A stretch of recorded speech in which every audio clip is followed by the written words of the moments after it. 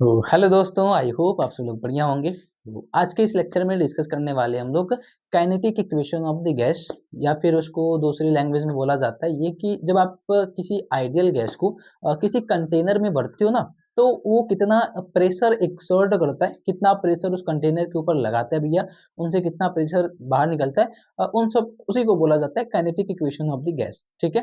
And इस lecture में हम लोग आज दो टॉपिक्स कवर अप करेंगे। एक तो हमारा प्रेशर वाला होगा, ठीक है, जब आप किसी आइडियल गैस को किसी कंटेनर में भर के रखते हो भाई, तो वो किसी कंटेनर को मतलब उसके ऊपर कितना प्रेशर लगाता है, पहले तो वो कैलकुलेट करेंगे। फिर उसके बाद कैलकुलेट करेंगे kinetic interpretation of the temperature के बारे में डिस्कस करेंगे। ठीक है, कि काइनेटिक इंटरप्रिटेशन ऑफ टेम्परेचर क्या होता है भैया, उसके ऊपर बात करेंगे। ठीक है। और इससे पहले हम लोगों ने डिस्कस भी करा था काइनेटिक थ्योरी ऑफ गैसेस की बेसिक से एजम्पशंस के बारे में भैया। मैंने वहाँ पे 7 पोस्टुलेट्स आपको बताए थे, 7 स्टेटमेंट्स बताए थे काइनेटिक थ्योरी ऑफ गैसेस की। ठीक है। तो उन सातों में से मतलब वहाँ पे मैंने एक चीज़ भी बोली थी भैया कि ये जो थ्योरी होती है, वो ज़्यादातर अच्छे से वर्क कर पाती है अपने आइडियल गैस के ऊपर। हमारे पास में 2 गैसेज़ होती हैं, एक रियल गैस होती है, एक आइडियल गैस होती है। ठीक है? आइडियल मतलब परफेक्ट गैस भी बोला जाता है। तो हमारे पास में जो परफेक्ट गैस होती है, फिर आइडियल गैस होती है, उसको जब आप किसी कंटेनर के अंदर भरते हो भैया, तो क्या प्रेशर बनेगा, उसकी काइनेटिक एनर्जी क्या होगी, उन सब चीज़ों के बारे में आज के लेक्चर में डिस्कस करने वाले हैं। ठीक है? तो चलो स्टार्ट करें जाए, क्या कहते हो? क्या हाल-चाल है आप सभी के भाई? आप सभी के हाल-चाल क्या है? मेरी तबीयत तो ठीक है भैया, ठीक है? मेरी जो तबीयत है ना अभी मतलब ओके-ओके सा है, कोई दिक्कत ज़्यादा दिक्कत वाली बात नहीं है, है ना? कल का जो दिन था, उसमें कोई लेक्चर नहीं आया था, तो मैंने वहाँ पे आप लोग को बता भी दिया था कि थोड़ी-सी तबीयत डाउन डाउन सी है, ठीक है? तो अभी ओके-ओके सा है, ज़्यादा दिक्कत नहीं हो रहा है, ठीक है? तो चला लेंगे, आज का काम चल जाएगा। एंड अच्छा एक चीज़ मेरे को ये बता देना, कल तो आपका 26 जनवरी है ना? अ, आप रिपब्लिक डे सेलिब्रेट करने वाले हो, तो आप में से बहुत सारे लोग अभी तो फर्स्ट सेम में थे ना तुम लोग तो, अभी सेकंड सेम में गए हो, तो बहुत सारे लोग आप लोग कॉलेज भी जाओगे, ठीक है? तो मुझे ये बता देना कि क्या कल कोई लेक्चर रखूँ या नहीं रखूँ? ठीक है? अगर कल की क्लास के लिए कोई लेक्चर नहीं रखना है तो बता देना कि नो क्लास, या फिर अगर रखना है तो ओके बोल देना, ठीक है? क्या कहते हो? अगर कल के लिए कोई क्लास रखनी है भाई तो नो बोल दो, या फिर अगर क्लास रखनी है तो ओके, ओके थम्स अप कर देना। मैं समझ जाऊँगा कि कल भी तुम लोग को क्लास चाहिए। तो क्लासेस अपनी शाम को ही रहने वाली हैं, ठीक है? सुबह में क्लासेस नहीं रहेंगी। सुबह में तुम लोग तो लड्डू खाने जाओगे, है ना? बचपना तो भाई अभी भी अपना वही है। स्कूल में जाना है, कॉलेज अच्छा अब तो स्कूल में कहाँ जाओगे? अब तो तुम लोग कॉलेज में जाओगे ना? कॉलेज के फंक्शंस में जाओगे, 26 जनवरी है एंड वहाँ पे रिपब्लिक डे सेलिब्रेट करोगे, ठीक है? झंडा फहराओगे भैया, ठीक है? तो अच्छी बात है, करना भी चाहिए भाई, हम इस इंडिया में रहते हैं तो वंदे मातरम, है ना? ये करना चाहिए आप सभी लोगों को, ठीक है? प्राउड होना चाहिए, अगर आप इंडिया में रहते हो तो भैया प्राउड फील करना चाहिए, है ना? मैं तो करता हूँ, तुम लोग को भी करना चाहिए भाई। इंडिया में रहने वाले हर एक इंसान को ना प्राउड फील करना चाहिए अपनी कंट्री पे, ठीक है? तो कौन-कौन जाने वाला है कल? कॉलेज कौन-कौन जाने वाला है? ठीक है? अगर तुम सब लोग कॉलेज जाने वाले हो तो बता देना मुझे, तो कल कोई क्लास नहीं रखेंगे, ठीक है? कल मैं एक बेसिक सा डिस्कशन रख दूँगा। कल हम लोग अपना गेट टुगेदर कुछ बातें भी कर लेंगे, ठीक है? अगर क्या कहते हो? कल कोई क्लास रखें या फिर कोई डिस्कशन वाली क्लास रखें? मतलब उधर पे ना डिस्कशन वाली क्लास में क्या करेंगे, बस बातें करेंगे, ठीक है? कि कैसी पढ़ाई चल रही है आप सभी की, वैसे बस डिस्कशंस करेंगे। तुमको जो पूछना रहेगा वहाँ पे मेरे से पूछ लेना। क्या कहते हो, क्या रखा जाए? डिस्कशन वाली क्लास या रेगुलर क्लास जो चलती है पढ़ने वाला काम, वो करा जाए? बता देना मुझे आज ही, ठीक है? मैं कम्युनिटी पे भी पोस्ट डाल दूँगा, तो जैसा बोलोगे वैसा कल चलेगा, ठीक है? एंड बाकी तो या हैप्पी रिपब्लिक डे आप सभी को एडवांस में ही, ठीक है? चलो आज की क्लास की स्टार्टिंग करते हैं भाई, ठीक है? तो आज जो हम लोग डिस्कस करने वाले हैं ना, आज जो फ़ॉर्मूला हम लोग डिराइव करेंगे भाई, वो फ़ॉर्मूला इतना ज़्यादा इम्पोर्टेंट है ना कि आगे जितने भी तुम्हारे लेक्चर्स आएँगे, जितने भी तुम टॉपिक्स पढ़ोगे, जैसे बॉयल्स लॉ पढ़ोगे, चार्ल्स लॉ पढ़ोगे, और बहुत सारे पढ़ना है आपको, मैक्सवेल्स डिस्ट्रीब्यूशन, ठीक है? बहुत सारी थ्योरीज़ पढ़नी है आपको, ठीक है? तो उन सारी थ्योरीज़ में ये फ़ॉर्मूला कहीं से भी अचानक से जाके लग जाएगा भाई। ये फ़ॉर्मूला जो आज हम डिराइव करेंगे, लास्ट वाली एकदम फ़ॉर्मूला, वो कहीं पे मतलब वो फ़ॉर्मूला ना मैं बार-बार यूज़ करूँगा, हर एक लेक्चर में जो भी हम जहाँ पे हमको यूज़ करना होगा वहाँ पे यूज़ करूँगा।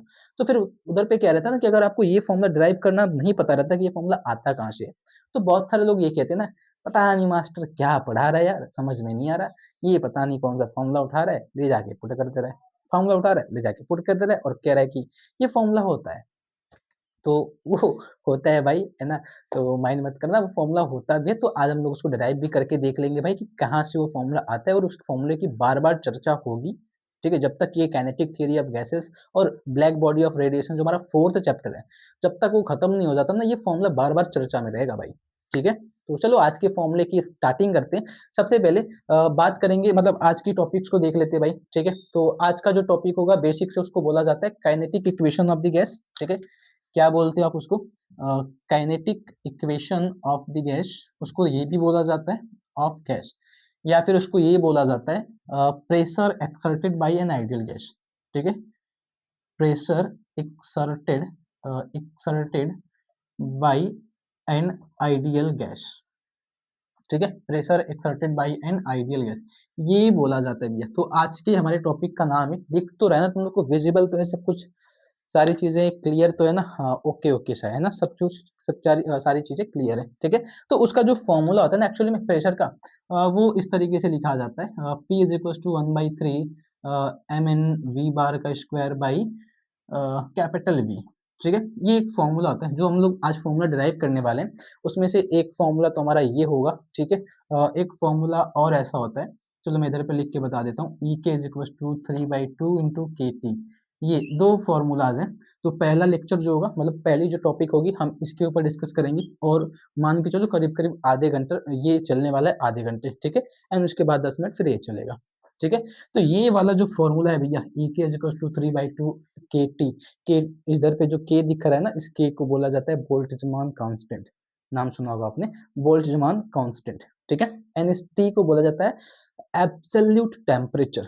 हाँ, ये एब्सोल्यूट टेम्परेचर वाला है। ये सारी चीज़ें कैसे आएँगी, मैं फर्दर बाद में डिटेल में बता दूँगा आपको।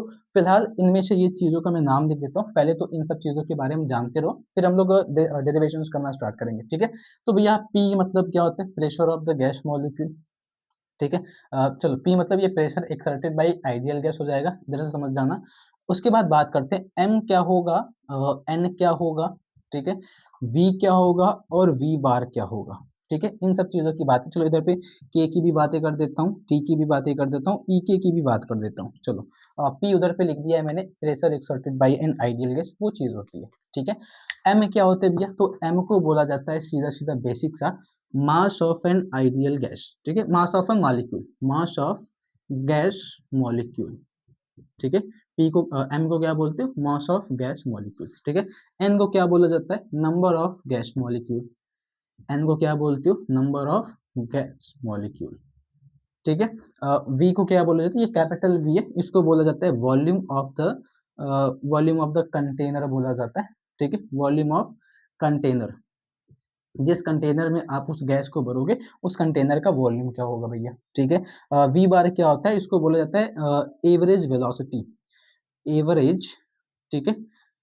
एवरेज एवरेज वेलोसिटी बोलूँ, इसको ना एक्चुअली में रूट मीन स्क्वायर वेलोसिटी बोला जाता है, ठीक है? इसको एक्चुअली में ना चलो एवरेज वेलोसिटी इधर पे लिख देता हूँ, पर इसको एक्चुअली में रूट मीन स्क्वायर वेलोसिटी के टर्म में डिफाइन करना पड़ता है, मतलब उस फॉर्मूले का यूज़ करके ये निकाला जाता है एवरेज वेलोसिटी, ठीक है? अच्छा, दूसरा K मतलब होता है अपना, ये K को उधर पे बोला जाता है बोल्ट्ज़मान कांस्टेंट, बोल्ट्ज़मान कांस्टेंट होता है भाई, ठीक है? ये होता है। और T मतलब होता है टेम्परेचर, टेम्परेचर इधर पे एब्सोल्यूट टेम्परेचर यूज़ करते हैं, ठीक है? तुमको याद होगा लास्ट वाली जो थ्योरी थी हमारी काइनेटिक गैस इक्वेशन की, मतलब काइनेटिक थ्योरी ऑफ गैसेस में जो लास्ट 7th मैंने टॉपिक डिस्कस करा था, 7th स्टेटमेंट जो डिस्कस करा था, उसमें मैंने यही भी बोला था कि अपना जो काइनेटिक एनर्जी होता है, वो डायरेक्टली प्रोपोर्शनल होता है एब्सोल्यूट टेम्परेचर के किसी भी गैस मॉलिक्यूल के लिए, है ना? तो वो चीज़ें वहाँ पे डिफाइन करी जाती हैं। एंड के बोल्ट्ज़मान कांस्टेंट कहाँ से आ गया, वो भी डिस्कस कर लेंगे फर्दर। एंड इसको बोला जाता है mean kinetic energy of gas molecule, ठीक है? क्या बोलते हैं? Mean kinetic energy of gas molecule, ठीक है?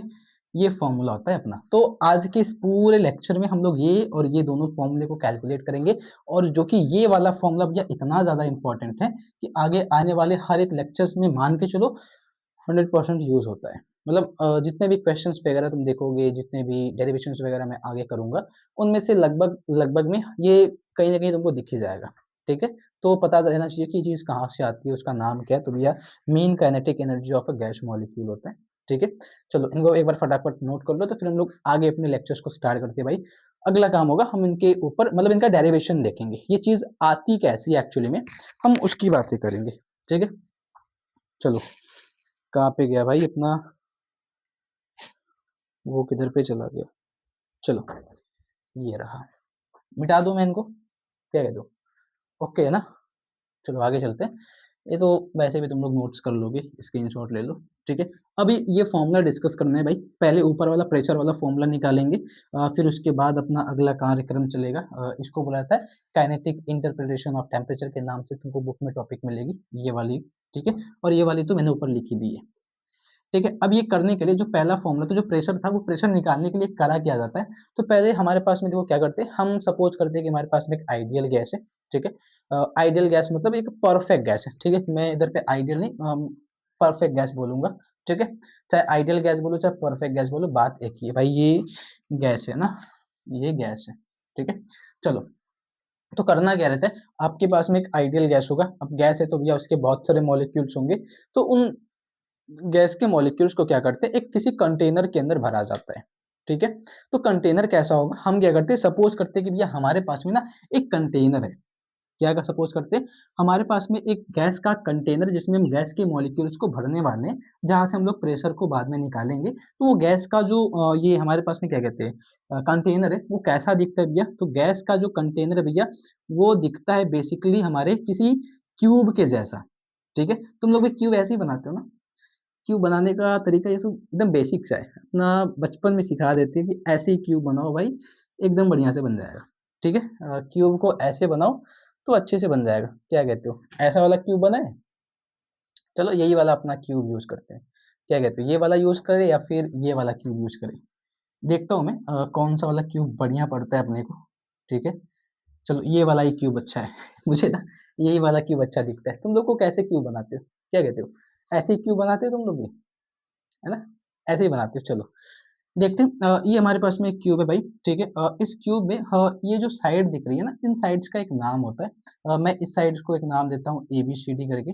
ठीक है, ए बी सी डी ये एक साइड का नाम है, ये साइड का नाम दे देता हूँ मैं ई एफ जी एच, इधर पे ओ लिख देता हूँ। ठीक है, क्या करते हैं हम इसको करने वाले भाई इस तरीके से, एक्चुअली मुझे ये इस तरीके से बनाना चाहिए था, फिर भी कोई दिक्कत वाली बात नहीं, चलो मैं इधर पे ही एक्सिस बना देता हूँ, ये एक एक्सिस है, इधर पे एक एक्सिस है, एज्यूम ही तो करना है, फर्क ही क्या पड़ता है, इसको एज्यूम ही तो करना है, ये अपनी वाई एक्सिस है, ये अपनी जेड एक्सिस है। ठीक है, मैंने क्या करा है, बस एक एक्सिस लिए, उस एक्सिस के अंदर मैंने मतलब एक गैस है, गैस को कहाँ पे रखना है उन चीज़ों को मैं यहाँ पे डिराइव करता हूँ। ठीक है, तो इस जगह पे रखता हूँ A B C D E F G H, काम खत्म। ठीक है, ओके ओके सर, कोई दिक्कत नहीं है।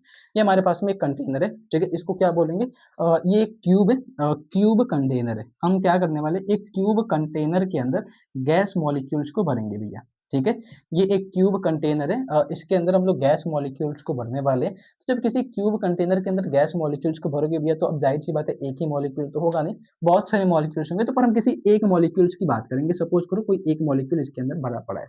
ठीक है, तो जब कोई गैस मॉलिक्यूल्स को किसी कंटेनर के अंदर रखोगे और अगर मान के चलो उसके पास में थोड़ी बहुत एनर्जी है, तो जाहिर सी बात है भैया, गैस के मॉलिक्यूल्स इधर उधर ट्रेवल करेंगे।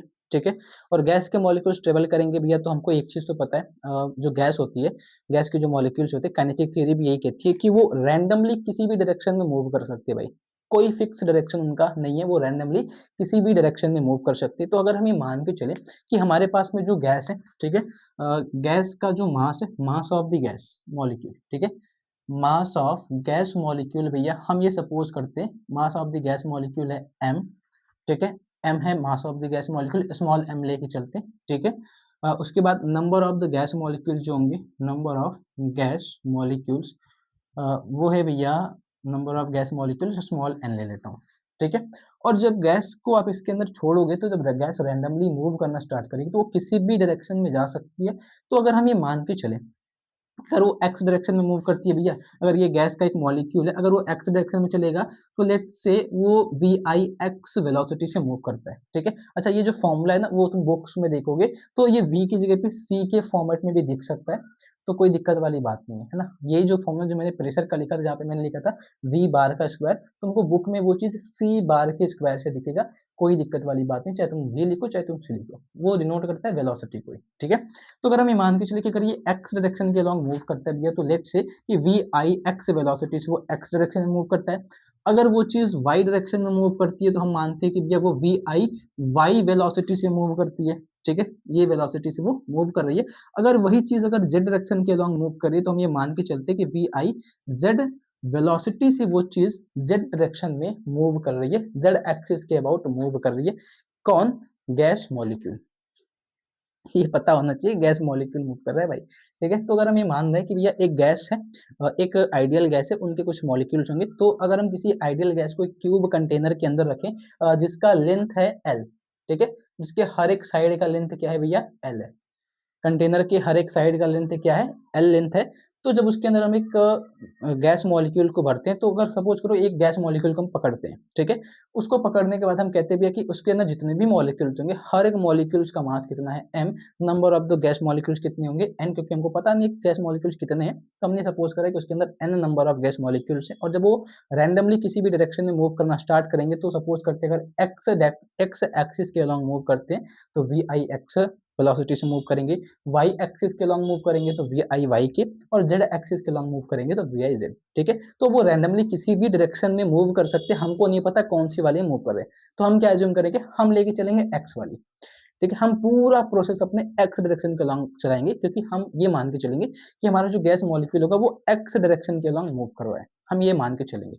तो अगर ये गैस मॉलिक्यूल x डायरेक्शन के अलॉन्ग मूव कर रहा है भाई, ठीक है, तो अगर ये गैस मॉलिक्यूल x डायरेक्शन के अलॉन्ग मूव कर रही है, तो सीधा सीधा ये बात है, देखो एक तो अपना वॉल इस साइड पे और एक वॉल है इस साइड पे x डायरेक्शन के अलॉन्ग, है ना। अगर ऊपर जाएगा तो ये ऊपर वाली वॉल ये बन जाएगी ई एफ डी सी, है ना। नीचे आएगा तो भैया ये एक वॉल बन जाएगी, पीछे जाएगा तो ई ये सी ई ओ बी बनेगा, आगे आएगी तो ये फ्रंट वाला वॉल बनेगा, और एक्स डायरेक्शन में जाना है, ठीक है।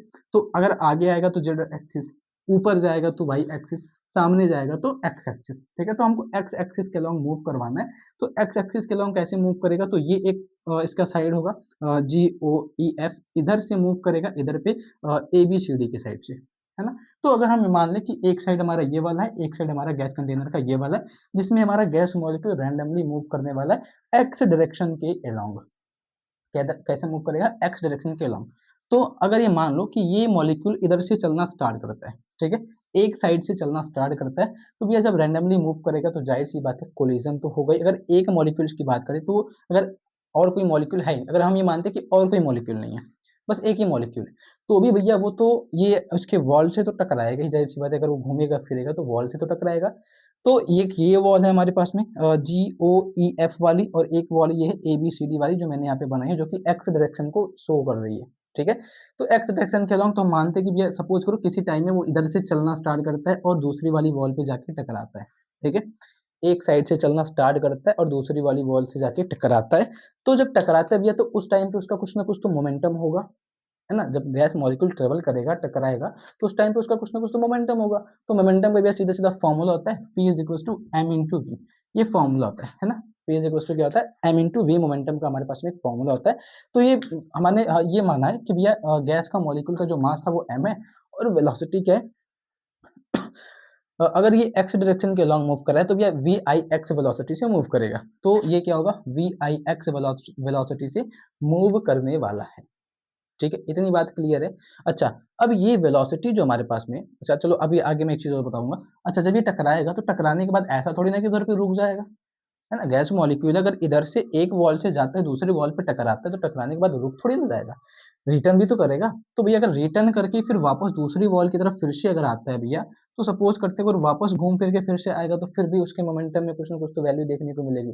तो जब वो वापस आता है तो उसका मोमेंटम क्या होगा भैया? फॉर्मूला तो वही कहता है P is equal to M into V. तो मोमेंटम उस टाइम पे क्या होगा? मास तो वही रहने वाला है। वेलोसिटी क्या होगी? अगर वो एक्स डायरेक्शन के लॉन्ग मूव कर रहा है भैया, तो भी वेलोसिटी तो वही है एक्स डायरेक्शन के लॉन्ग वी आई एक्स।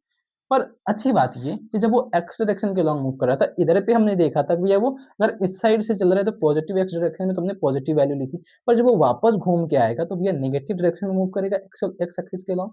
वो इधर पे घूम के जाएगा, एक्स एक्सिस पे ही है, पर वो नेगेटिव डायरेक्शन में भाग रहा है। तो नेगेटिव डायरेक्शन के लिए हम क्या करेंगे?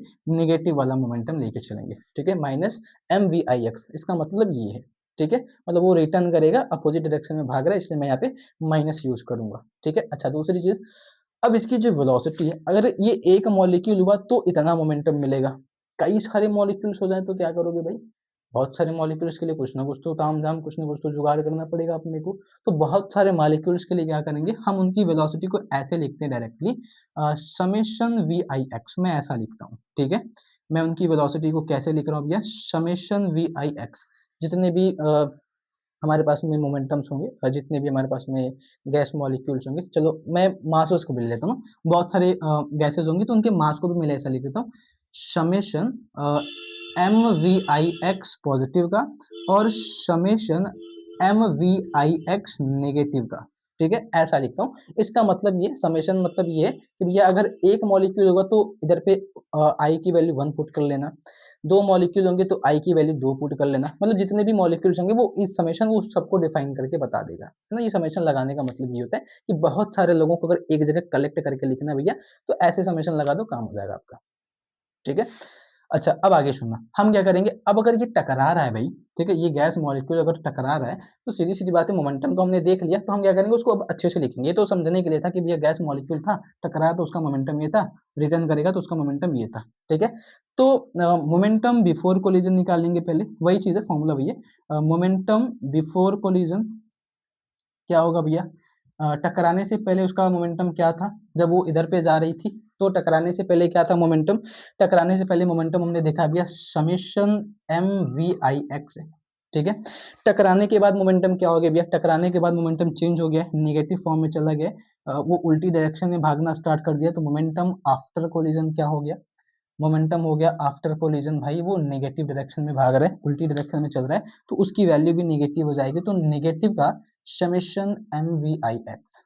ठीक है, और चेंज इन मोमेंटम पहले निकालेंगे, तो चेंज इन मोमेंटम क्या होगा भाई, ठीक है, इसके बाद क्या करेंगे, चेंज इन मोमेंटम। ठीक है, तो चेंज इन मोमेंटम का एक फॉर्मूला होता है भैया, मोमेंटम आफ्टर कोलिजन। ठीक है, मोमेंटम आफ्टर कोलिजन, ठीक है, momentum after collision minus momentum before collision. क्या होता है, momentum after collision minus momentum before collision, ये हमारे पास में फॉर्मूला होता है अपने इनका, चेंज इन मोमेंटम का। ठीक है, तो अगर हमको चेंज इन मोमेंटम निकालना है भाई, तो चेंज इन मोमेंटम क्या बनेगा, momentum after collision minus momentum before collision, और इसकी वैल्यू क्या बनेगी भाई, इसकी वैल्यू बनेगी डेल्टा पी, मोमेंटम को पी से दिखाते, तो चेंज इन मोमेंटम क्या हो जाएगा, delta P is equal to after collision क्या है, ये माइनस का summation M V I X minus before collision summation M V I X, है ना, दोनों को जोड़ोगे भैया तो माइनस का समेशन ये हो जाएगा टू, समेशन ऐसा लिखते हैं, समेशन टू ना, ऐसा लिखता हूँ मैं, चलो चेंज इन मोमेंटम हो जाएगा भाई माइनस का summation two M V I X, है ना, ये भी नेगेटिव ये भी नेगेटिव, तो दोनों को जोड़ दो तो ये हो जाएंगे अपने टू, एक एक एक से भले दो, कहते हैं ना, एक से भले दो, तो एक से भले दो, दोनों को जोड़ दो, अपने काम हो जाएंगे। ठीक है, तो चेंज इन मोमेंटम हमारे पास में ये आ गया। अब हम क्या करने वाले, देखो अब हमारे पास में, देखो हमको एक्चुअली में क्या निकालना है, हमको निकालना है एक्चुअली में pressure exerted by an ideal gas. जब हमने इस कंटेनर के अंदर इस गैस मॉलिक्यूल को भरा, तो इसके अंदर ये कितना प्रेशर लगाएगा बाहर निकलने के लिए, हमको वो एक्चुअली में कैलकुलेट करना है। ठीक है, तो वो कैलकुलेट करने के लिए हमारे पास में प्रेशर का फॉर्मूला क्या होता है भैया, प्रेशर इज इक्वल टू होता है फोर्स अपॉन एरिया। तो फोर्स निकालने के लिए ये तामझाम मैं करा रहा हूँ। ठीक है, ये जो तामझाम मैं कर रहा हूँ ना, ये मोमेंटम निकालना क्यों, बिफोर कोलिजन आफ्टर कोलिजन, इसकी क्या जरूरत है हमको, तो प्रेशर निकालना भैया सीधा सीधा फॉर्मूला अप्लाई क्यों नहीं कर देते, बहुत सारे लोगों के माइंड में ये चीज आती है एक बार, पर वो फोर्स की वैल्यू निकालने के लिए ये सारे तामझाम कर रहा हूँ। ठीक है, तो अगला काम जो होगा हमारा, अगला जो स्टेप होगा, हम उसमें क्या निकालने वाले हैं, अगले स्टेप में निकालेंगे कि जब ये दोनों आपस में कोलाइड कर रहे थे, ये जो गैस मॉलिक्यूल था इधर से उधर पे गया, कोलिजन करा उसने, तो कोलिजन के टाइम पे उसने कितना टाइम लिया, टाइम बिटवीन, हम निकालेंगे टाइम बिटवीन, क्या करते हैं, कोलिजन, टाइम बिटवीन कोलिजन। ठीक है, कोलिजन के टाइम पे इसने कितना टाइम लिया है भाई, टाइम टेकन बिटवीन कोलिजन, दोनों कोलिजन के बीच में कितना टाइम लगा होगा, तो टाइम का सीधा सीधा फॉर्मूला होता है डिस्टेंस अपॉन वेलोसिटी, है ना, टाइम इज क्या होता है, डिस्टेंस अपॉन वेलोसिटी। ये हमारे पास में डिस्टेंस अपॉन स्पीड लिखो, वेलोसिटी इधर पे हम स्पीड ही लेके चलते हैं, वेलोसिटी लेके चलेंगे, ठीक है। इधर पे हम क्या करेंगे, हम वेलोसिटी सपोज करके चल रहे थे तो वेलोसिटी लिखेंगे, ठीक है भाई। तो डिस्टेंस क्या होगा, अब ध्यान सुनना, कंटेनर, ये जो कंटेनर ही है ना हमारे पास में, कंटेनर भी घूम फिर रहा है ना, तो कंटेनर की लेंथ तो हमने एल ली थी। तो जब भैया हम इस लेंथ की बात करते हैं, जब इधर से उधर पे गया था, एक साइड से दूसरे साइड पे जाएगा, तो एक साइड के बीच की लेंथ कितनी है, एल। इधर से इधर की लेंथ कितनी है, एल, तो इधर से इधर की लेंथ कितनी होगी, एल। ये लेंथ कितनी होगी, एल। ये लेंथ कितनी होगी, एल। ये लेंथ कितनी होगी, एल। ये लेंथ कितनी होगी, एल। भाई क्यूब एक ऐसा मटेरियल है जिसके एक साइड की लेंथ पता हो तो सारे साइड की लेंथ वही होती है। और अगर उसके वॉल्यूम की बात करें, इस क्यूब के अगर हम वॉल्यूम की बात करें भैया, तो इसका volume v is equal to होता है एल क्यूब। साइड का क्यूब कर दो, उसका वॉल्यूम निकल जाएगा भाई, है ना। तो अगर इसका एल लेंथ का ये पूरा साइड है तो उसका वॉल्यूम होगा एल क्यूब। क्यूब का वॉल्यूम तो यही होता है। तो हम डिस्टेंस की बात कर रहे हैं, तो अगर एक बार उधर जाता है एल डिस्टेंस ट्रेवल करेगा, वापस फिर से आता है तो फिर से एल डिस्टेंस ट्रेवल करेगा, तो कितना डिस्टेंस हो गया, गया एल, टकरा के वापस आया एल, एल और एल को मिला दो तो 2l हो जाएगा डिस्टेंस अपना। तो 2l डिवाइड बाई वेलोसिटी कितनी है भाई इसकी, कितनी वेलोसिटी से चल रहा है, वी आई एक्स वेलोसिटी से मूव कर रहा है, ठीक है। तो 2l divide by V I X इसकी वेलोसिटी बनेगी, ठीक है। अच्छा, अब इनके बाद क्या करना है, ये हम तो टाइम बिटवीन कोलिजन निकाला है ना। तो अगर मान लो तुमको टाइम पता है कोलिजन के बीच का, तो क्या ऐसा बता सकते हो कि एक सेकंड में कितना कोलिजन हुआ होगा। अगर ये टकरा रहे हैं भाई, तो टकराने के बीच में उन्होंने इतना टाइम लिया है, तो एक सेकंड में कितना कोलिजन हुआ होगा। जैसे वो क्वेश्चन होता है ना, बचपन में बोला जाता है कि भाई अगर 5 पेन की कीमत 10 रुपया है, तो एक पेन की कीमत कितनी होगी। तो आप बोलते भैया 5 से 10 में डिवाइड कर दो, 5 दूना 10, 2 रुपया। ये कहता है ना कि अगर 10 रुपए में 5 पेन मिलती है, तो एक पेन कितने रुपए में मिलेगी भाई, 10 में 5 से डिवाइड कर दो, तो आप कहते हो कि 2 रुपए में एक पेन मिल जाएगी। अगर 2 रुपए में एक पेन मिल रही है भैया, तो सीधा सीधा वही सवाल है कि अगर कोलिजन के बीच में इतना टाइम दे रहे तो एक सेकंड में कितना कोलिजन हुआ होगा। एक सेकंड में 3 से डिवाइड मार दो, टाइम ऐसा लिखते हैं, कोलिजन इन 1 सेकेंड, ठीक है, कोलिजन इन पर सेकेंड, ठीक है। नंबर ऑफ कोलिजन इन पर सेकेंड, हम कोलिजन इन पर सेकेंड निकालने वाले भाई, कि एक सेकेंड में कितना कोलिजन हुआ होगा। तो एक सेकेंड में कितना कोलिजन होगा भाई, जितना उसने डिस्टेंस टाइम लिया है उस टाइम से एक सेकेंड में डिवाइड कर दो, तो 2l divide by V I X हो जाएगा, तो इसको ऊपर भेज दो, तो V I X divide by 2l, इतना कोलिजन होगा एक सेकेंड के अंदर। मतलब इन दोनों को आपस में अगर मल्टीप्लाई कर दो तो वैल्यू एक सेकेंड वापस आ जाएगी, है ना। कोलिजन और ये एक सेकंड के कोलिजन को आपस में मल्टीप्लाई करो तो एक सेकंड टाइम आ जाएगा भाई। इनसे कट जाएगा ये, इनसे कट जाएगा ये, है ना। तो दोनों चीज मैच करिए, मतलब फॉर्मूला अपना करेक्ट है। ये आप क्रॉस चेक भी कर सकते हो, ठीक है। तो अगर उसके कोलिजन के बीच में इतना टाइम लिया, तो एक सेकंड में कितना कोलिजन होगा, एक सेकंड में उतना ही कोलिजन होगा जितना उसने टाइम लिया होगा। तो टाइम से एक सेकंड में डिवाइड कर दो, जो भी वैल्यू आएगी वही अपना होगा कोलिजन इन पर सेकंड। पर सेकंड बोलो चाहे 1 सेकंड बोलो, बात एक ही है, ठीक है।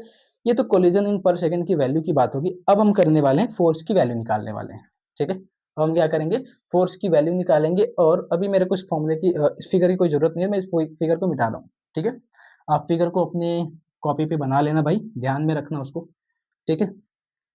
क्या यहाँ तक किसी को कोई प्रॉब्लम है, मे भी नहीं होना चाहिए, किसी को कोई प्रॉब्लम तो नहीं होना चाहिए, है ना। चलो सब कुछ अपना सही चल रहा है भाई, ठीक है। इनका भी कोई दिक्कत नहीं है, इनको बिठाते हैं, ठीक है। चलो अब आगे डिस्कस करेंगे।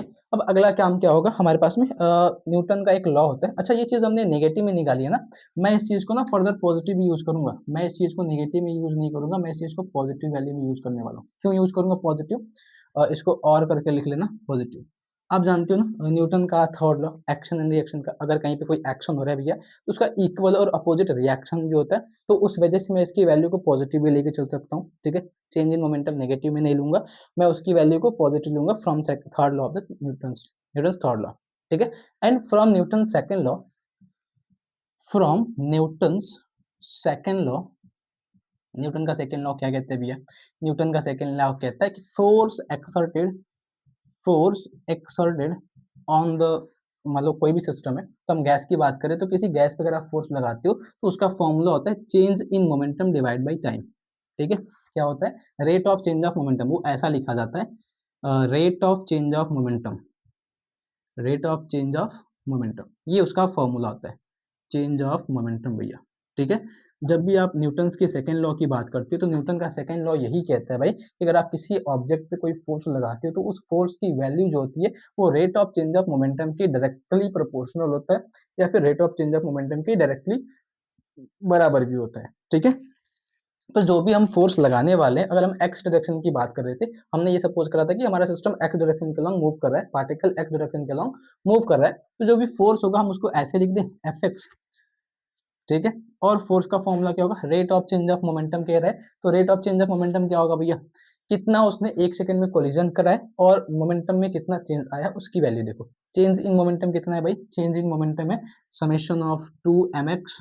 ठीक है, एम वी आई एक्स इतना मोमेंटम है, चेंज इन मोमेंटम है, और एक सेकंड में कितना कोलिजन हुआ है, टाइम कितना है भाई, टाइम है अपना we I x by 2l। ये हो गया। ठीक है, तो एक काम कर सकते हो,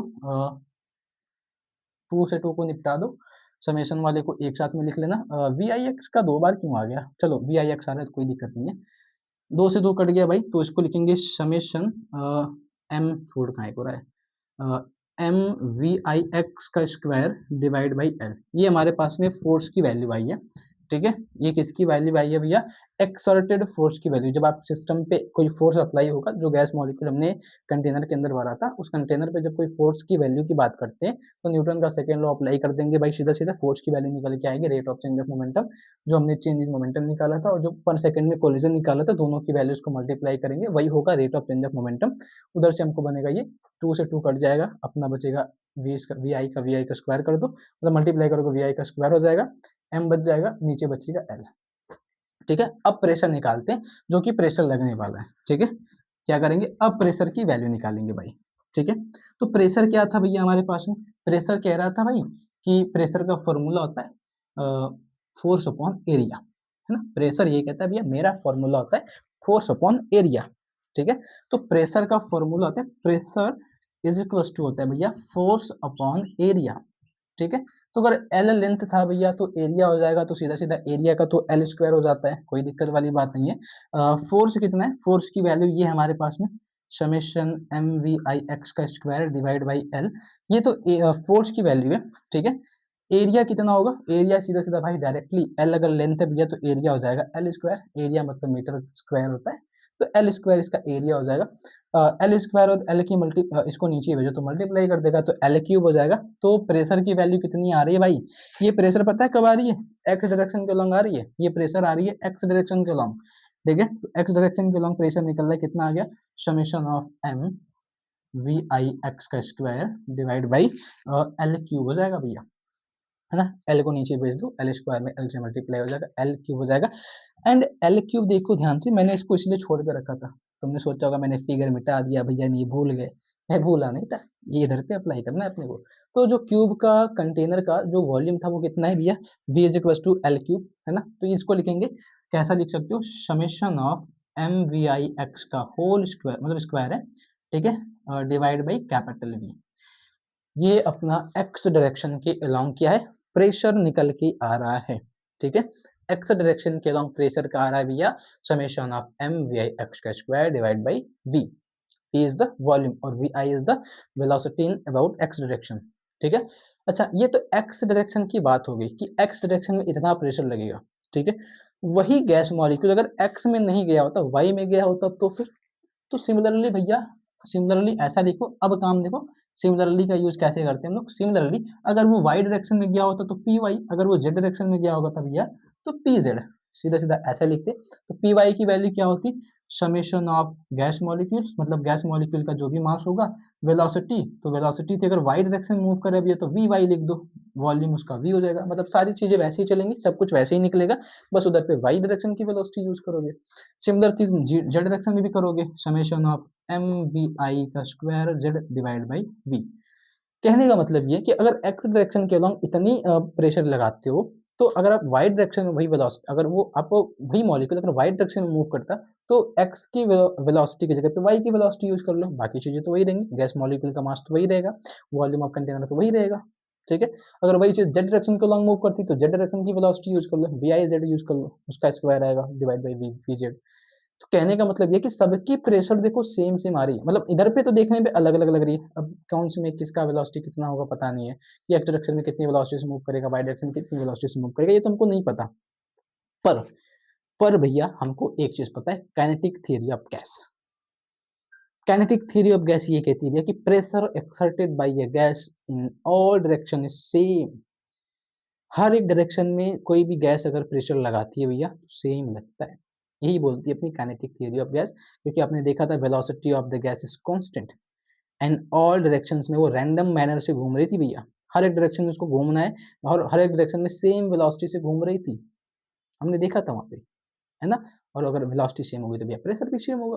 तो हम एक ये चीज कह सकते हैं, मतलब काइनेटिक थ्योरी ऑफ गैस के एजम्पशंस के हिसाब से, मतलब वी नो, मतलब सिंस ऐसा लिखते, चलो ऐसा लिखते, since pressure pressure is same in all direction, same in all direction via via का मतलब भैया किसके हिसाब से बता रहे, via kinetic theory of gases, ठीक है, काइनेटिक थ्योरी ऑफ गैस। तो काइनेटिक थ्योरी ऑफ गैस हमको ये बताती है कि प्रेशर जो होगा किसी भी गैस मॉलिक्यूल का, pressure is same in all direction of a gas molecule, ठीक है, ऐसा लिख लेना, ऑफ अ गैस मॉलिक्यूल, ठीक है। गैस मॉलिक्यूल का जो प्रेशर होगा भैया हर एक डायरेक्शन में सेम होगा। कैसे हम वो चीज बता रहे, वे काइनेटिक थ्योरी ऑफ गैस के हिसाब से, काइनेटिक थ्योरी ऑफ गैस के हिसाब से हम वो चीज को एक्सप्लेन कर रहे हैं, अगर वो चीज सही है। क्योंकि अगर काइनेटिक थ्योरी ऑफ गैस सही भी थी और हम आइडियल गैस की भी बातें करें, हम जो प्रेशर निकाले वो आइडियल गैस है, मैंने क्या करा था, जो कंटेनर था उस कंटेनर में मैंने आइडियल गैस रखा था, आइडियल गैस के मॉलिक्यूल या फिर परफेक्ट गैस बोलते हैं उसको, ठीक है। तो अगर तुमने परफेक्ट गैस रखा है, वो हर एक डायरेक्शन में सेम वेलोसिटी से मूव कर रही है, तो उसका प्रेशर भी अगर सेम है भैया, तो हम ये कह सकते हैं P X is equal to P Y is equal to P Z. अगर सब हर एक डायरेक्शन में सब सेम सेम वेलोसिटी से भाग रहे हैं भैया, तो उसकी वेलोसिटी प्रेशर जो होगा सेम होगा। तो हम इन सबको एक चीज डायरेक्टली बोल दें, पी, सबका प्रेशर क्या है, पी है। एक्स डायरेक्शन में मूव करेगा, चाहे वाई डायरेक्शन में मूव करेगा, चाहे वो जेड डायरेक्शन में मूव करेगा, प्रेशर क्या होगा, पी। तो अगर सबका प्रेशर पी है तो टोटल प्रेशर बता दो मेरे को, टोटल प्रेशर क्या होगा, टोटल प्रेशर भैया, तो टोटल प्रेशर क्या होगा भैया, अगर वो एक्स डायरेक्शन में मूव करता है तो प्रेशर होगा पी एक्स, अगर वो वाई डायरेक्शन में मूव करता है तो प्रेशर होगा पी वाई, अगर वो जेड डायरेक्शन में मूव करता है तो प्रेशर होगा पी जेड। तो ये उसका टोटल प्रेशर है। और इन सबको देखो तो सब किसके बराबर है, पी के बराबर, मतलब पी प्लस पी वो हो जाएगा 3p, है ना। पी प्लस पी किसके बराबर है भाई, 3p के बराबर। और इन सब की वैल्यू किनके बराबर है भैया, इन सब की वैल्यू है p के बराबर। एक चीज तो यहाँ पे कंफर्म है, इन सबकी वैल्यू किसके बराबर है, पी के बराबर, ठीक है। तो हम एक काम करेंगे, इन सबकी वैल्यू अगर पी के बराबर है और पी किसके बराबर है, इनमें से किसी को भी एक उठा लो, तो summation of M V I X का स्क्वायर कर लेते हैं, किसी को भी एक उठा लो आप, वाई का उठा लो, आप जेड का उठा लो, किन्हीं का भी एक उठा लेना, ठीक है। तो मैं क्या करने वाला हूँ भैया, अब एक काम करो, समेशन ऑफ एम वी में से मैं मास को बाहर करूंगा, वी तो ऑलरेडी बाहर है, वेलोसिटी वाले को छोड़ देंगे, ठीक है। तो इधर पे मैं इसको मिटाता हूँ, इनका कोई काम नहीं है, ठीक है। उधर पे जो मैंने प्लस पी लिखा था, आप उधर पे चाहो तो तीनों की वैल्यूज को जोड़ के लिख लो, चाहो तो मत लिखो, तुम्हारी मर्जी, मैं ऐसा कर देता हूँ, नहीं तो तुम बाद में चिल्लाने लगोगे भैया बाकी के वाई की वैल्यू आपने क्यों पुट नहीं की। बहुत सारे लोगों के कमेंट्स ये आते हैं ना, तो बाकी की ये वाई की भी वैल्यू पुट कर लेना और जेड की भी वैल्यू पुट कर लेना, इतना तो कर ही सकते हो ना। इधर पे वाई की वैल्यू इधर से, जेड की वैल्यू इधर से, प्रेशर की वैल्यू पुट कर लेना, ठीक है। वो करने के बाद अब प्रेशर की वैल्यू क्या बनेगी, 3p इज इक्वल टू, मैं उन सब में से m और v को कॉमन करके बाहर करता हूँ, जो नीचे वाला v था वो तो ऑलरेडी बाहर है, और जो अंदर मास वाला है मैं मास को भी बाहर करता हूँ, तो अंदर बचेगा समेशन ऑफ वी आई का स्क्वायर एक्स डायरेक्शन में, वी आई का स्क्वायर वाई डायरेक्शन में, वी आई का स्क्वायर जेड डायरेक्शन में, ठीक है, ये बचेगा। और मैं इन सबको समेशन में, सब कुछ समेशन के अंदर दिख रहा है ना, ये समेशन में कॉमन करते भाई तो ये समेशन में आएंगे, है ना, समेशन के अंदर। तो ये सबको मैं डायरेक्टली ऐसा नहीं लिख दूं, सब समेशन के अंदर मैं डायरेक्टली इसको ऐसा नहीं लिख सकता, समेशन ऑफ वी आई का स्क्वायर डायरेक्टली, इस वी आई का मतलब ये वी आई का एक्स प्लस वी आई का वाई प्लस वी आई का जेड, एक्स डायरेक्शन मूव करेगा तो वी आई का एक्स लिख देंगे, वाई डायरेक्शन मूव करेगा तो वी वाई का वाई लिख देंगे, जेड डायरेक्शन मूव करेगा तो वी आई का जेड लिख देंगे। मैं इन सबको डायरेक्टली क्या लिखने वाला हूँ, वी आई का स्क्वायर। और वी आई के स्क्वायर को भी मैं कैसा लिखूंगा, डायरेक्टली ऐसा लिखूंगा, I is equal to 1 to infinity, इसकी वैल्यू क्या होगी, मैं इसलिए इसको ऐसा लिख रहा हूँ, डायरेक्टली इसलिए ऐसा लिख रहा हूँ भाई ताकि हमारा काम और आसान हो जाए, मैं इस चीज को एक्सप्लेन कर दूंगा, तो डायरेक्टली आप ऐसा कर देना, आई की वैल्यू 1 टू इन्फिनिटी, आई की वैल्यू 1 टू इन्फिनाइट होने का मतलब m बाई वी, ये हो जाएगा v1 का स्क्वायर प्लस v2 का स्क्वायर प्लस v3 का स्क्वायर प्लस v4 का square plus dot dot dot vn। n लेते, चलो इधर पे n ले लेते हैं ना, n number of the molecules, तो vn का स्क्वायर करते हैं। ठीक है, आई की वैल्यू क्या है 1 टू n। ठीक है, मतलब कितने भी मॉलिक्यूल्स, अगर एक मॉलिक्यूल होगा एक्स डायरेक्शन के अलॉन्ग मूव करेगा तो v1 के हिसाब से मूव करेगा एक्स डायरेक्शन में। दो मॉलिक्यूल्स होंगे तो v1 प्लस v2 के हिसाब से मूव करेंगे। तीन मॉलिक्यूल्स होंगे तो v1 plus v2 plus v3 के हिसाब से, अगर एक्स डायरेक्शन में होंगे। अगर कोई वाई डायरेक्शन में भी जा रहा होगा तो प्लस उन्हीं को हटा के वाई डायरेक्शन लगा दो, उन्हीं को हटा के जेड डायरेक्शन को लगा दो। सिंपल सी कहानी है। जैसे क्योंकि हमारे पास में प्रेशर का सारे सबका फॉर्मूला सेम सेम आया था, तो अगर एक्स डायरेक्शन की वेलोसिटी की बात करें, अगर एक्स डायरेक्शन मूव करेगा तो यही वॉल्यूम होगा, यही वेलोसिटी होगी। v1 v2 v3, अगर एक होगा तो v1, दो होगा तो v2, तीन होगा तो v3। वही चीज अगर वाई डायरेक्शन में मूव कर रही होगी तो यही फॉर्मूला फिर भी बनेगा, एक मॉलिक्यूल के लिए v1, दो मॉलिक्यूल के लिए v2, बस डायरेक्शन चेंज हो जाएगा वाई डायरेक्शन। बस यही फॉर्मूला, तो फॉर्मूला तो वही रहने वाला है, बस नाम चेंज हो जाएगा कौन सी डायरेक्शन में मूव कर रहा है। तो मैं इन सबको कलेक्टिवली ये लिखता हूँ और उसकी वैल्यू में मैं क्या करता हूँ, I equal to 1 to n, तो मैं इसको सेपरेट कर रहा हूँ। ये फॉर्मूला बनेगा 3p का। तो हम क्या करने वाले, p इज इक्वल टू क्या हो जाएगा, 3 को उधर भेजो, 1/3 m बाई वी। ठीक है, ये स्मॉल m है, ये कैपिटल V है। इनकी वैल्यू v1 का स्क्वायर प्लस v2 का स्क्वायर प्लस v3 का स्क्वायर प्लस में डॉट डॉट डॉट vn का स्क्वायर, भैया इक्वेशन नंबर फर्स्ट। हाँ, बहुत सारे इक्वेशन बने थे अभी तक, बहुत सारे बने थे, मैंने इधर पे इक्वेशन फर्स्ट बनाया है। ठीक है, चलो ये अपना एक इक्वेशन बन गया। और इसको चाहो तो तुम यहीं पे छोड़ भी सकते हो। बहुत सारे महानुभाव होंगे जो भूल जाते चीजों को याद रखना। तो अगर आप याद रखना भूल जाओ, बाकी चीजें भूल जाओ कैसे करना है, तो इधर पे लिख के डायरेक्टली फॉर्मूला चिपका देना। यहाँ तक करने के बाद डायरेक्टली तुम फॉर्मूला चिपका के आ देना, नंबर मिल जाएगा। अगर तुमको नहीं आ रहा है तो, आ रहा है तो नहीं करना। ठीक है, आ रहा है तो क्या करना है भाई, इनको मिटाओ फिर आगे चलो। ठीक है, इनको मिटाओगे और फिर आगे चलोगे। अच्छा, तुम लोगों ने एक चीज देखी है अभी हाल ही में, एक न्यूज आ रही है यूजीसी को लेके, क्या कहते हो, सुनिए कि नहीं तुम लोगों ने यूजीसी वाला मामला, भाई क्या बवाल बना दिया लोगों ने, बहुत बवाल कर दिया है यूजीसी को लेके। मतलब तुम देखना एक बार यूजीसी वाला मामला, पता चल जाएगा तुमने मतलब क्या बवाल कर दिया भाई। एक टीचर के लिए यार, हर एक स्टूडेंट तो उसका सेम ही होता है ना, एक टीचर के लिए उसका हर एक स्टूडेंट भाई सेम होता है, कोई फर्क नहीं पड़ता यार उसको, कौन कैसा है, कैसा दिख रहा है, कैसा नहीं है ना, किस कैटेगरी का, कोई फर्क नहीं पड़ता भाई। एक टीचर के लिए उसका हर एक स्टूडेंट सेम होता है भाई, सबको बराबर प्यार देते हैं वो, सबको बराबर सिखाने का काम होता है उसका, सबको सही राह पे ले जाने का काम होता है। ऐसा थोड़ी ना किसी एक को लेके जाएगा, मैं तुझको नहीं लेके जाऊंगा भाई, मैं तुझको लेके जाऊंगा।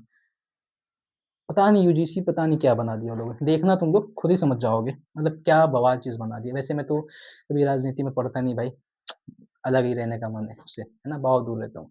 पर उन्होंने यूजीसी का लेके जो बवाल बनाया ना, बहुत बवाल होने वाला है अभी तो, और बवाल होगा उसका। देखते हैं, अगर वो कैंसिल हो जाए भाई तो और भी अच्छा है। ठीक है, पर देखते हैं क्या होता है। चलो इसके आगे की बातें करते हैं, क्या कहते हो तुम लोगों ने देखा है उसको, तुम लोगों ने उसको देखा है कि नहीं, मैं भी देखा ही होगा। चलो आगे डिस्कस करते हैं, इसके बाद की कहानी डिस्कस करते हैं। अब इसको देखो, इसको डील करने के लिए मैंने एक चीज बोली थी, मैंने स्टार्टिंग में जो फॉर्मूला लिखा था उधर पे लिखा था मैंने वी बार का स्क्वायर, मैंने वहीं पे बोला था वो क्या था, मीन या फिर एवरेज वेलोसिटी था, जिसको मैं रूट मीन स्क्वायर वेलोसिटी भी बोला जाता है। ठीक है, तो हमारे पास में एक फॉर्मूला होता है रूट मीन स्क्वायर वेलोसिटी का, वी नो। ठीक है, हम जानते हैं भैया root mean square velocity, root mean square velocity क्या होती है, पता है तुम लोग को रूट मीन स्क्वायर वेलोसिटी क्या होती है, जैसे यूजीसी का नहीं पता वैसे रूट मीन स्क्वायर वेलोसिटी का भी नहीं पता होगा। है ना, तुम लोग को तो ना तो यूजीसी का पता है ना तो रूट मीन स्क्वायर वेलोसिटी का पता है। ठीक है, जाके घर पे ना एक बार इसको तैयार कर लेना, दोनों देख लेना। ठीक है, आज ही लेक्चर खत्म होने के बाद पहले सर्च करना यूजीसी का बवाल क्या चल रहा है और रूट मीन स्क्वायर वेलोसिटी क्या होती है। ठीक है, पहला काम तुम लोग यही करना आज। चलो अच्छा, रूट मीन स्क्वायर वेलोसिटी का मतलब होता है भैया, देखो वेलोसिटी का स्क्वायर करो, उसका मीन निकालो मतलब एवरेज निकालो और उसको रूट में डाल दो। क्या होता है भाई, वेलोसिटी का स्क्वायर करो तो जितनी भी वेलोसिटी उनका स्क्वायर करो। ठीक है, जितनी भी वेलोसिटी है क्या करो, उनका स्क्वायर करो और उनका एवरेज निकालो। तो एवरेज ऐसे निकालते, सबको जोड़ दो भाई, जोड़ने के बाद जितने नंबर है उनको उनसे डिवाइड कर दो, एवरेज निकल जाएगा, और उनको ऐसे अंडर रूट में डाल दो तो उनका रूट हो जाएगा, तो उसको बोला जाता है root mean square velocity, VRMS। अब समझ गए होंगे। है ना, रूट मीन स्क्वायर वेलोसिटी का फॉर्मूला क्या होता है अब पता चल गया, ठीक है। तो इस रूट मीन स्क्वायर वेलोसिटी दोनों साइड का अगर होल स्क्वायर कर दे तो मैं इस वी आर एम एस को मैं चाहूँ तो डायरेक्टली ऐसा भी लिख दूँ, वी बार का मैं वी बार भी लिख सकता हूँ, वी आर एम एस को मैं वी बार भी लिख सकता हूँ, ठीक है। मैं ऐसा कर सकता हूँ, तो ये होता भी है, लिखा भी जाता है।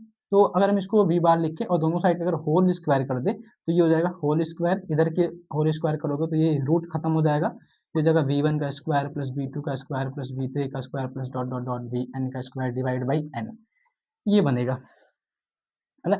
एन को इधर लेके आओ तो ये हो जाएगा एन वी बार का स्क्वायर, ये वेलोसिटी वाली कहानी है, ठीक है, छोटी वेलोसिटी है, वी वन का स्क्वायर वी टू का स्क्वायर प्लस वी थ्री का square plus dot dot dot V N का स्क्वायर, है ना। और इसको बनाते हैं इक्वेशन नंबर सेकंड। तुम जरा इक्वेशन फर्स्ट और सेकंड को देखो एक बारी, क्या कुछ समझ में आ रहा है? ये वी वन का स्क्वायर वी टू का स्क्वायर, ये वी वन का स्क्वायर वी टू का स्क्वायर, हम उनको ऐसा लिख सकते हैं एन वी बार का स्क्वायर, कर सकते हैं ना, ऑब्वियस है, कर सकते हैं। तो from equation number first and second क्या करेंगे, from equation first and second, हम इक्वेशन फर्स्ट और सेकंड को अगर मिलाते हैं भाई तो क्या बनता है, हमारे पास में एक फॉर्मूला बनेगा P इज इक्वल टू, इधर पे क्या है देखो ध्यान से देखो, 1/3 m/v है, तो P is equal to 1/3 m/v, ये तो रहेगा अपना, इनकी जगह पे क्या हो जाएगा एन वी बार का स्क्वायर, एन वी बार का स्क्वायर, और स्टार्टिंग में मैंने यही फॉर्मूला तो लिखा था, P is equal to 1/3 N m n v bar का square by v, m is the molecule of mass of the molecule per molecule, n is the number of molecules, ठीक है। v bar is the average या फिर root mean velocity मैंने वहां पे लिखा था, ठीक है, एवरेज वेलोसिटी लिखी थी, और v is the volume of the container, हो गया ना प्रूफ। तो ये काम तो हो गया, इसको बना लो इक्वेशन नंबर थर्ड, ठीक है। इनका बाद में फिर यूज भी करने वाले हम लोग, तो इसको बना लेना क्या इक्वेशन नंबर थर्ड भाई। ये अपना एक काम तो हो गया, और इसको एक बार नोट कर लो फिर मैं आगे चलूंगा। क्या यहाँ तक कोई दिक्कत है तुम लोग को, यहाँ तक के केस में कोई दिक्कत है तो बता दो, और नहीं भी है भाई तो भी बता दो, क्या यहाँ तक कोई दिक्कत है तुम लोग को?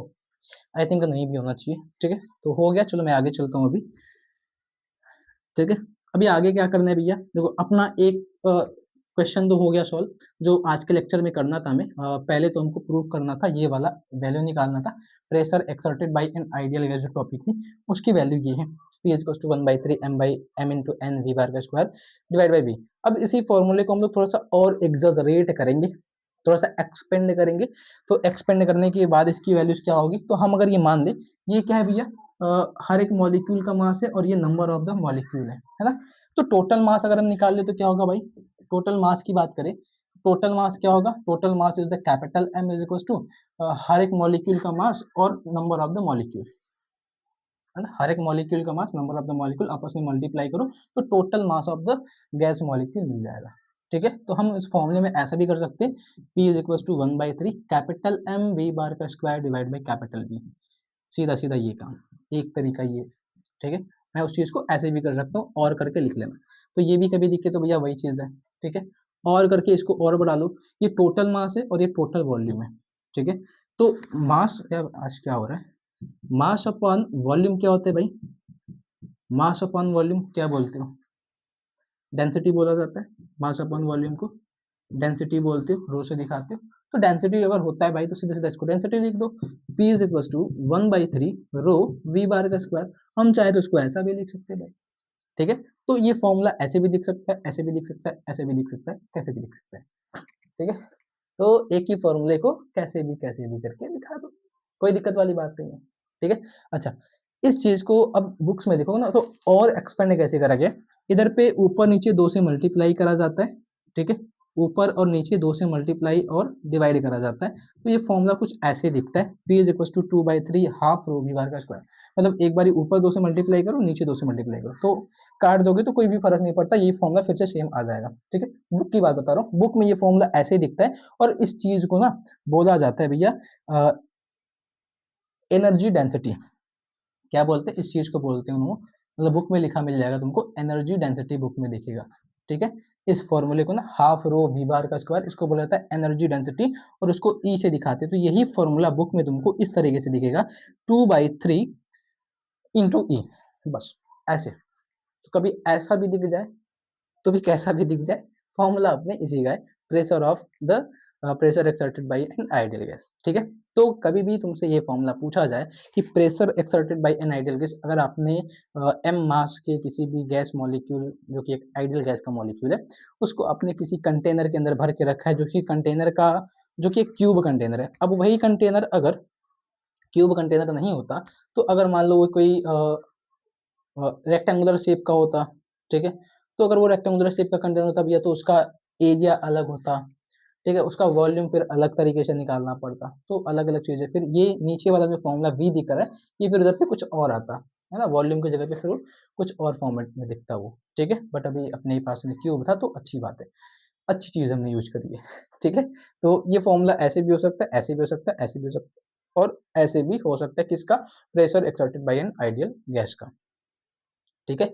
इनको नोट कर लो, अपना इधर का काम हो गया। अब हम बात करेंगे जो दूसरी टॉपिक है आज की, काइनेटिक इंटरप्रिटेशन ऑफ टेम्परेचर भी बोला जाता है, ठीक है। उस टॉपिक को क्या बोला जाता है, काइनेटिक इंटरप्रिटेशन ऑफ टेम्परेचर, उसकी बात करेंगे। पर उससे पहले इनको नोट कर लो। और क्या यहाँ तक कोई डाउट है, कमेंट करो।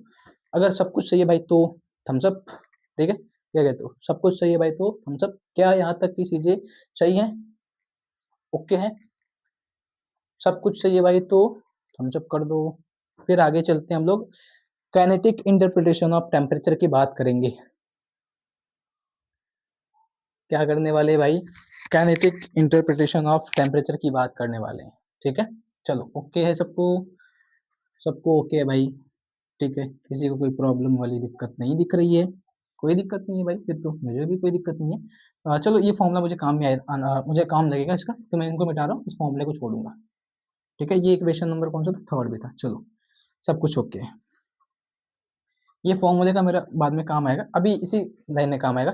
तो अगली जो टॉपिक है हम उसको बोलते हैं ना काइनेटिक, जो टॉपिक है उसको बोला था kinetic interpretation, interpretation, kinetic interpretation of temperature, ठीक है। काइनेटिक इंटरप्रिटेशन ऑफ टेम्परेचर मतलब काइनेटिक एनर्जी के बीच में टेम्परेचर घुसा दिया उन्होंने, ठीक है। तो लास्ट वाली जो टॉपिक थी काइनेटिक थ्योरी ऑफ गैस की, अगर तुमको पता होगा तो मैंने वहां पे एक चीज बोली थी भैया कि काइनेटिक थ्योरी ऑफ गैसेस जो होती है वो डायरेक्टली प्रोपोर्स, मतलब उसकी जो एनर्जी होती है, energy of the gas molecule, kinetic energy of the gas molecule is constant and is directly proportional to the absolute temperature of a gas molecule। मैंने वहां पे एक चीज बोली थी, लास्ट वाली जो सेवेंथ लाइन लिखी थी वो यही थी अपनी, याद करो थोड़ा सा या फिर कॉपी में खोल के देखो, पता चल जाएगा कि मैंने जब काइनेटिक थ्योरी ऑफ गैसेस से पहले ही पढ़ाया था, ठीक है। तो उस वाले के लास्ट वाले लेक्चर, लास्ट वाली जो पॉइंट थी हमने उसमें यही डिस्कस करा था भैया कि kinetic energy of a gas molecule is directly proportional to the absolute temperature of a gas molecule, है ना, ये डिस्कस करा था।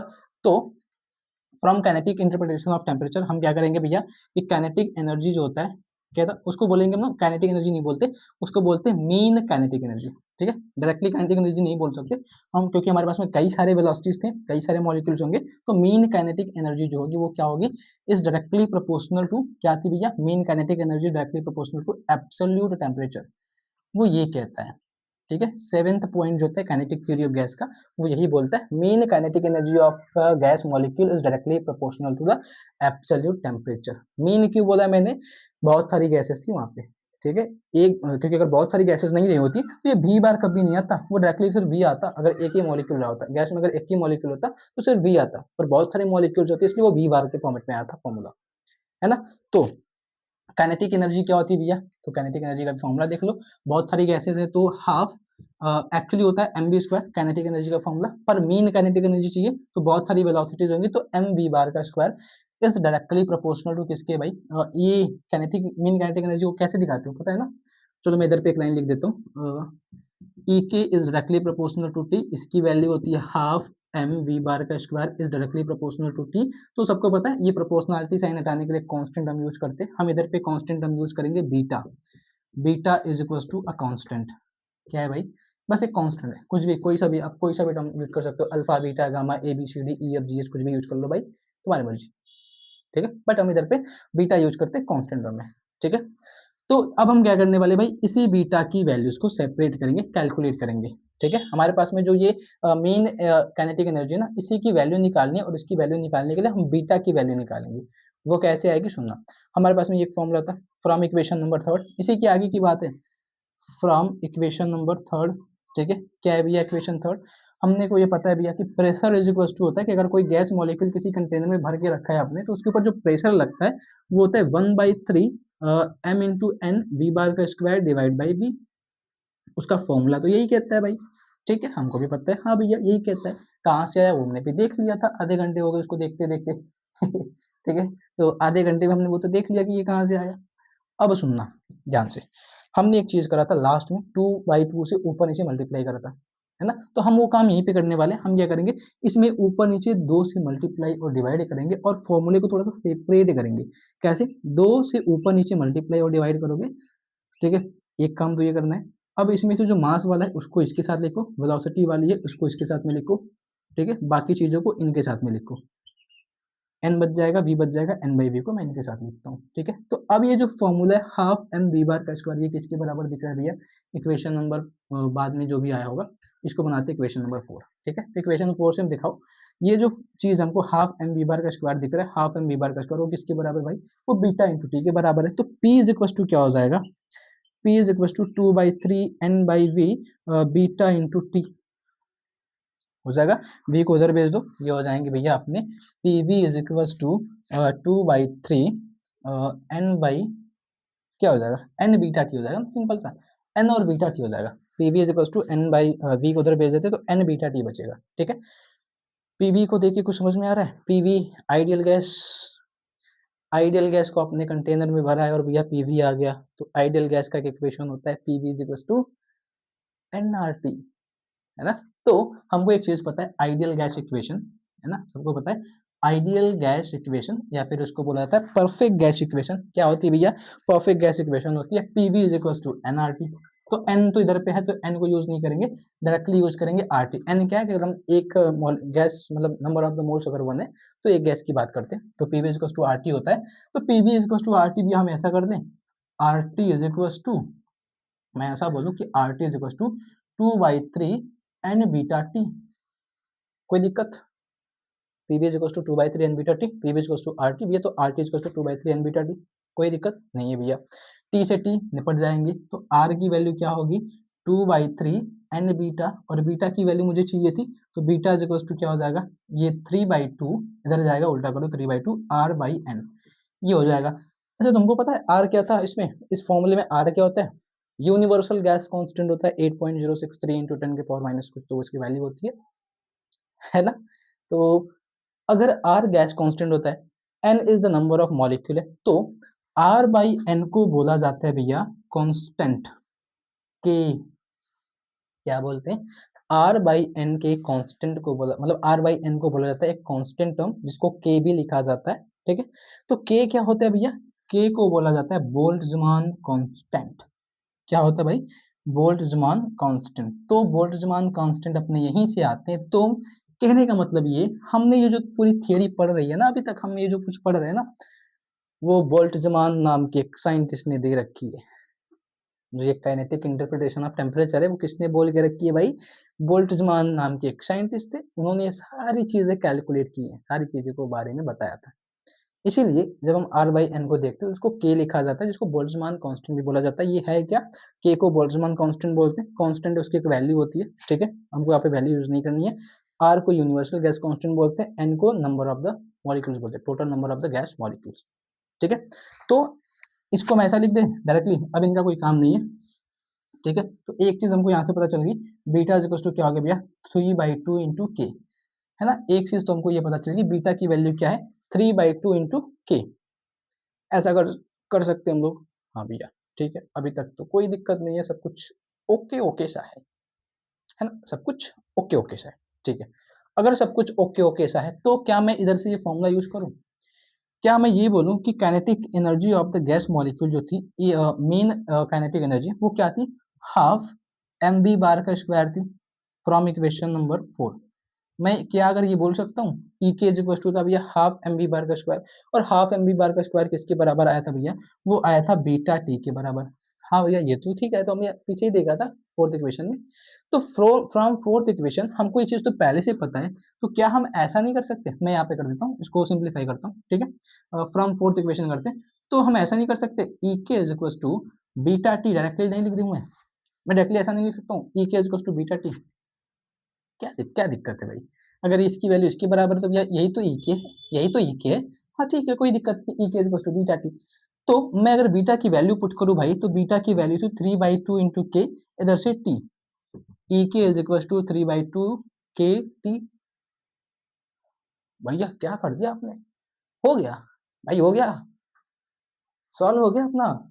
अपना जो डेरिवेशन करना था, जो स्टार्टिंग में मैंने फॉर्मूला लिखा था, kinetic energy of the gas molecule, उसको मीन काइनेटिक एनर्जी बोला जाता है गैस मॉलिक्यूल। 3/2 के into T, T is the absolute temperature, के is the Boltzmann constant, E K is the mean kinetic energy of a gas molecule. भैया हो गया, हाँ हो गया भाई। ठीक है, तो अपना काम यहीं पे हो जाता है भाई। इसी को बोला जाता है mean kinetic energy of a gas molecule. ठीक है, तो आज के लेक्चर के लिए इतना ही। और ये फॉर्मूला भाई इतना ही इंपॉर्टेंट है जितना खाना खाना इंपॉर्टेंट है ना, जितना तुम लोग को सोने का इंपॉर्टेंट रहता है, खाना खाना इंपॉर्टेंट रहता है ना, ये फॉर्मूला भी भाई उतना ही इंपॉर्टेंट है, क्योंकि हर एक लेक्चर में, आने वाले लेक्चर्स में ये फॉर्मूला भाई यूज होने वाला है। तो मैं वहाँ पे डायरेक्टली फिर यूज करूंगा, ध्यान देना, मैं उधर पे फिर डायरेक्टली यूज नहीं करूंगा, फिर मैं इधर पे वो नहीं बोलूंगा फिर भैया कि के क्या होता है, टी क्या होता है, भैया आपने बताया नहीं, समझ जाना फिर। ठीक है, चलो तो एंड करिए पे लेक्चर को। ठीक है, तो आज के लिए भैया बस इतना ही। एंड इसमें अगर कोई डाउट होगा तो कमेंट करना, एंड वो चीज़ बता देना मुझे, कल कोई क्लास रखनी है कि नहीं रखनी है। ठीक है, और कल कौन कौन लड्डू खाने जा रहा है। ठीक है, इधर पे होते तो मैं भी तुम लोग को लड्डू खिला देता, पर कोई दिक्कत वाली बात नहीं है। ठीक, कल कौन कौन लड्डू खाने जा रहा है मुझे बता देना। तो आज के लेक्चर के लिए बस इतना ही, मिलते हैं कल अगर पॉसिबल हो तो। Thank you, good night.